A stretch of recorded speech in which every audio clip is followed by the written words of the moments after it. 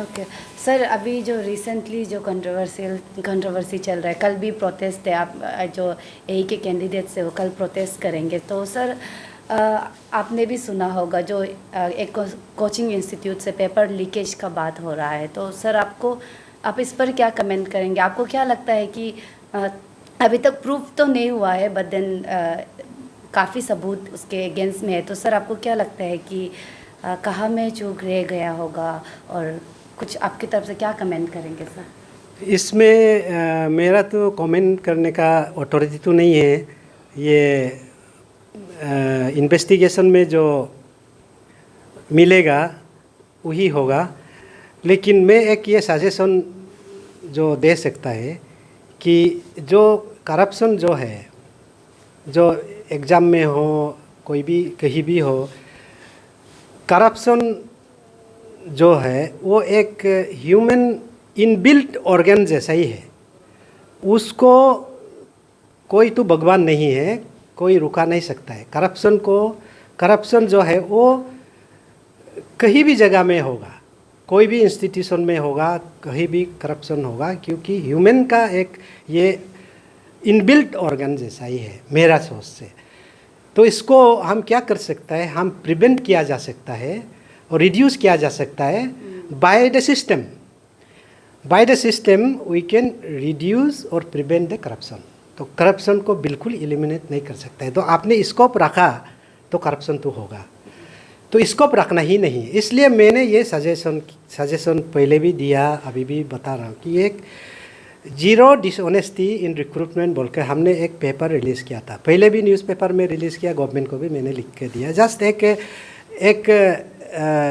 Scholars का हिसाब से हमने सजेशन दिया कि ये करप्शन नहीं, रिक्रूटमेंट में जैसे बच्चा लोग, हम अपना बच्चा भी देखता है कि रात दिन पढ़ता है, इतना मेहनत करता है, एग्ज़ाम में जाएगा तो उसको कोई पेपर लीक हो गया बोलता है, कोई कुछ उल्टा पुल्टा हो गया बोलता है। इसमें तो वो तो एक मर्डर जैसा है, बच्चा का कैरियर को मर्डर जैसा है। तो इसलिए मैं ये सिस्टम सजेस्ट करना चाहता हूँ सोसाइटी को या समाज को या गवर्नमेंट को, जो भी आपका रिलेटेड जो फील्ड में है वो एक्शन कुछ करने से ठीक है। नंबर 1 जो है मेरा हिसाब से, जो रिक्रूटमेंट सेंटर जो है वो एक ही होना है। रिक्रूटमेंट सेंटर जो है, गवर्नमेंट जो है एक बहुत बड़ा एक एरिया रिक्रूटमेंट सेंटर होना है, वहाँ पे पार्किंग अवेलेबल हो। Around more than 5,000-6,000 candidate exam दे सकना है, और उसका प्रिस्किंग का फैसिलिटी होना है, सीसीटीवी का फैसिलिटी होना है, सब कुछ उधर में होना चाहिए।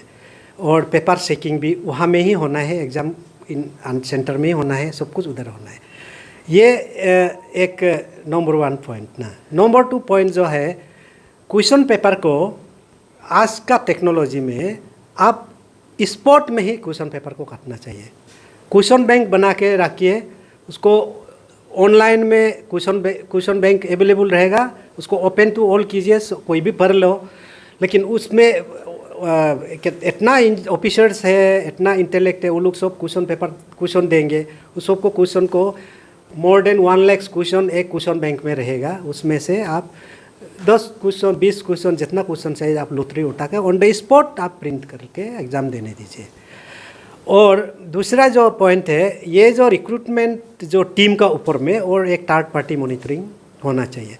थर्ड पार्टी मॉनिटरिंग सिर्फ इंजीनियर का ऊपर में होने से तो नहीं होगा ना, और दूसरा लोग का ऊपर में, रिक्रूटमेंट का ऊपर में भी तो थर्ड पार्टी मॉनिटरिंग किया जा सकता है। जो थर्ड पार्टी मॉनिटरिंग जो है वो एग्ज़ाम हॉल से आपका OMR का फोटोकॉपी, एग्ज़ाम का जो आंसर शीट का फोटोकॉपी वो लोग रख के वहाँ ही लॉक करके रखेंगे, सील करके। वो जो एग्ज़ाम रिजल्ट निकालने का बाद जो मिला है उसका उधर से क्रॉस वेरीफाई करना है। तो ये जो सिस्टम, जो ये ऐसा करके सिस्टम से ही आप करप्शन को, ये सब पोल प्ले जो भी हो रहा है उसको बंद किया जा सकता है। अभी जो गलत किया है, सुना है कोई जेजू इंस्टीट्यूट का टीचर को अरेस्ट किया है बोलता है, स्टूडेंट कोई किसी को अरेस्ट किया है बोलता है, ये सब तो अभी बोल नहीं जा सकता वो गलत किया है नहीं किया, वो तो आप प्रूफ होने का बाद ही होगा। तो इसको तो हम कमेंट नहीं कर सकता, लेकिन मैं सजेस्ट कर सकता है कि रिक्रूटमेंट में करप्शन नहीं होने का एक फॉर्मूला क्या होना है। बीइंग एक स्कॉलर, एक लर्नेड एक सिटीजन होने का वजह हिसाब से मैं ये सजेस्ट कर सकता है कि सिस्टम को ठीक करना से ठीक है।